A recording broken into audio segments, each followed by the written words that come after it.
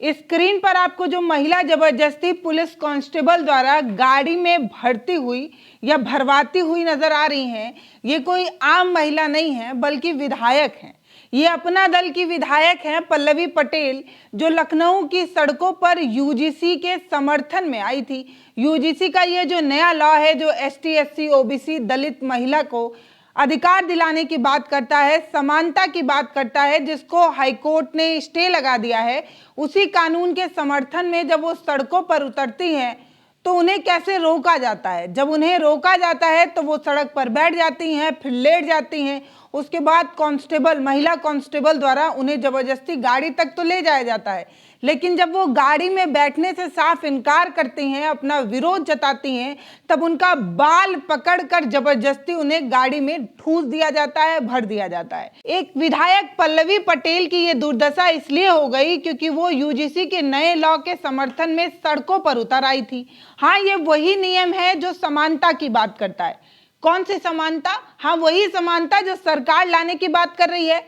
सबका साथ, सबका विकास, सबका सम्मान जैसे टैगलाइन देती है।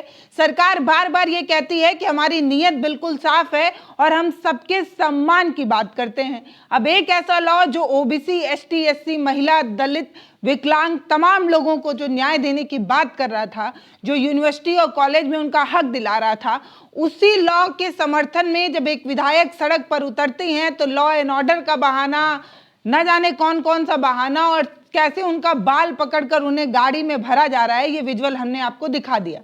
अब आप कहेंगे कि जिस कानून पर स्टे है, सुप्रीम कोर्ट ने स्टे लगा दी है, उस कानून के समर्थन में किसी विधायक को सड़क पर क्यों उतरना पड़ रहा है? तो भैया, अपनी अपनी राजनीति है। सरकार बैनरों पर टंगकर सम्मान की बात करती है, हक दिलाने की बात करती है, बराबरी की बात करती है, तो कोई विधायक अगर बराबरी के लिए सड़क पर उतर जाए तो उसको गाड़ी में भरवा दिया जाएगा क्या? एक महिला पल्लवी पटेल को इस तरीके से जब गाड़ी में भरा जा रहा था तो उसकी तस्वीरें बहुत तेजी से वायरल हुई। हमें लगा कि हमें इस पर बात करनी चाहिए, क्योंकि यूजीसी का ये जो लॉ है वो सरकार ने इसके समर्थन में या इसके फेवर में एक शब्द तक नहीं बोला था। जब दलील देने की बात आई थी तो सरकार ने अपना मुंह ऐसे से लिया था जैसे उसने कभी बोलना ही ना सीखा हो। सरकार एक शब्द नहीं बोल पाई थी, कोर्ट में अपना पक्ष तक नहीं रख पाई थी, दलीलें तक नहीं दी थी। अब आप बताइए, सरकार सबके सम्मान की बात करती है, सबको हक दिलाने की बात करती है, तो कोर्ट में इसी लॉ के पक्ष में अपनी दलीलें क्यों नहीं देती है? क्यों किसी भी वकील को वहां खड़ा नहीं किया जाता है जो इस लॉ को अच्छे से समझा पाता, डिफेंड कर पाता, इस लॉ के हक में बोल पाता? क्या ये एक ऐसा पासा था जो सिर्फ फेंकने के लिए ही या चलने के लिए ही चला गया था? ये सिर्फ इसलिए किया गया था ताकि एक पक्ष को अपने फेवर में करने की नौटंकी की जा सके, या ये सिर्फ इसलिए किया गया था ताकि सरकार सच में सबकी हितैषी है ये दिखा सके? बाद में कुछ मनुवादी लोग, कुछ अपर कास्ट के लोग या कुछ अपर कास्ट के प्रोफेसर द्वारा इस लॉ का गलत इस्तेमाल होगा ये कहकर पिटीशन दाखिल कर देता है और सरकार चुप्पी साध लेती है। कुछ अपर कास्ट या कुछ प्रिविलेज लोगों को बचाने के लिए सरकार ने एक शब्द तक कोर्ट में नहीं बोला। अब आप बताइए ये क्या था? अगर आपको ये लॉ ठीक लग रहे थे, अगर आप सच में सबको सम्मान दिलाना चाहते थे, अगर आपको ऐसा लग रहा था कि कॉलेज और यूनिवर्सिटीज में आज भी एसटी, एससी, ओबीसी के साथ कुछ गलत होता है, उनके अधिकार छीने जाते हैं या उनके साथ जाति होती है, तो क्या कॉलेज के इस माहौल के खिलाफ सरकार को कुछ भी नहीं बोलना चाहिए था कोर्ट में? जब ये लॉ इतने अच्छे थे तो सरकार ने कोई दलील क्यों नहीं दी? इसी बात पर पल्लवी पटेल सड़क पर बैठी हुई थी। वो ये कह रही थी रातों रात नोटबंदी लाई जा सकती है, रातों रात धारा 370 जैसे लॉ बन सकते हैं, न जाने क्या कुछ हो सकता है, लेकिन एक नियम जो समानता की बात कर रहा था, एक नियम जो बराबरी की बात कर रहा था, एक नियम जो कुछ लोगों को उनका हक दिला रहा था, वो नियम अगर इतने अच्छे थे, मैं मान सकती हूँ उसमें कुछ अच्छा बुरा हो सकता था, विचार किया जा सकता था, लेकिन कोर्ट में दलील ना देना सरकार किस तरफ इशारा कर रही है? करना कुछ, कर कुछ और रही है। यही अंदेशा पल्लवी पटेल ने सड़क पर दिखाया। दरअसल अपना दल की नेता और विधायक पल्लवी पटेल सैकड़ों समर्थक के साथ लखनऊ की सड़कों पर शहर में एक मार्च निकालती हैं यूजीसी रूल रेगुलेशन के फेवर में। ये जो उनके समर्थन में ये जो मार्च निकाला गया था, ये विधानसभा तक जाना था, लेकिन इसी से पहले एक झड़प हो जाती है। झड़प की कुछ तस्वीरें आती हैं, बैरिकेटिंग भी लगाई जाती है और पल्लवी पटेल उस बैरिकेटिंग पर चढ़ने की भी कोशिश करने लगती हैं। प्रशासन उन्हें रोकती है, उसके बाद वो सड़क पर बैठ जाती हैं। काफ़ी मान मनव्वल किया जाता है, 15-20 मिनट तक पल्लवी पटेल को समझाने की कोशिश की जाती है, लौट जाइए, ये मत करिए, वो मत करिए, लेकिन पल्लवी पटेल मानती नहीं हैं और उनके जो समर्थक थे उनको धीरे धीरे करके वैन में, गाड़ी में भरने लगते हैं, ये प्रशासन भरने लगती है। पल्लवी पटेल ये सब कुछ देखती हैं, उसके बाद सड़क पर लेट जाती हैं। वो कहती हैं कि हम नहीं जाएंगे, नहीं जाएंगे, नहीं जाएंगे। उसके बाद महिला कांस्टेबल आती हैं और उन्हें गाड़ी तक ले जाती हैं, जो सबके सामने उसके विजुअल थे। लेकिन जब गाड़ी की गेट पर पल्लवी पटेल गाड़ी में बैठने से इनकार करती हैं, तब कैसे जबरदस्ती की जा रही है, उसकी विजुअल, उसकी तस्वीर देखिए कि महिला कांस्टेबल द्वारा पहले उन्हें कंधे से दबाकर गाड़ी में भरने की कोशिश होती है, लेकिन ये भी जब नहीं हो पाता है तो कैसे बाल पकड़ा जाता है, उसकी भी तस्वीरें जो हैं वो सामने आई। कुछ समर्थक और कुछ महिला समर्थकों के साथ आईटी चौराहे से लेकर ये जो रैली थी वो विधानसभा तक जानी थी, लेकिन रिजर्व पुलिस लाइन के पास जैसे ही ये रैली गुजरी, वहां पर पुलिस इन्हें रोकने की कोशिश करने लगी। बैरिकेड लगाया गया और ये सब कुछ किया गया।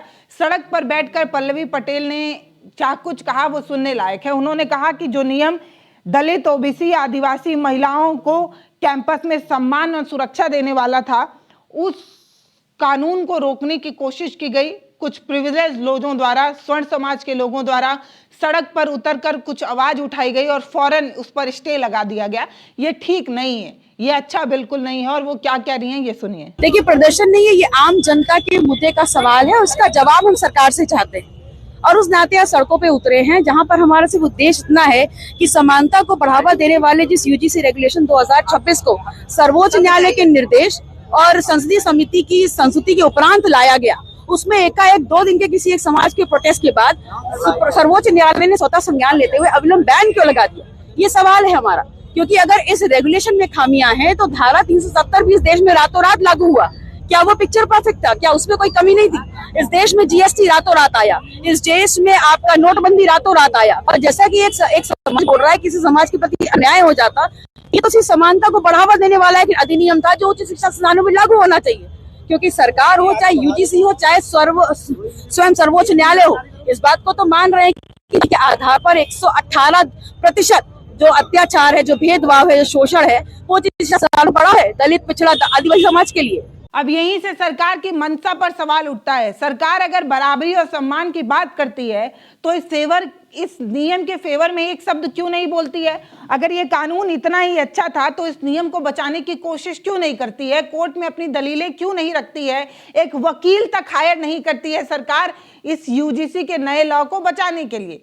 मतलब आप समझ रहे हैं, मतलब सरकार ने वहां एक वकील तक नहीं रखा था जो इस नियम को बचा पाता, इस नियम के फेवर में कुछ कह पाता। इसका मतलब तो ये था कि सरकार कुछ स्वर्ण समाज के प्रोफेसर द्वारा, कुछ अपर कास्ट के प्रोफेसर द्वारा, कुछ प्रिविलेज प्रोफेसर द्वारा जो पिटीशन दायर की गई थी, उस पिटीशन के खिलाफ या उस पिटीशन से डर गए थे, इसलिए उन्होंने कोई एक्शन नहीं लिया। ये सब कुछ मैं नहीं कह रही हूं, ये सब कुछ पल्लवी पटेल ने जो कहा उसी का लब्बो लुबाब आपको बताने की कोशिश कर रही हूँ। पल्लवी पटेल जो है वो मीडिया के सामने आग बबूला नजर आई और उन्होंने अपने तल्ख तेवर में, एक तरीके से कह दे तो चीखते चिल्लाते हुए ये सवाल पूछा था कि सरकार आरक्षण और सामाजिक न्याय की बात तो करती है, लेकिन सबसे बड़ी दुश्मन तो वही है, नियम बनाती है और फिर खुद ही चुप हो जाती है।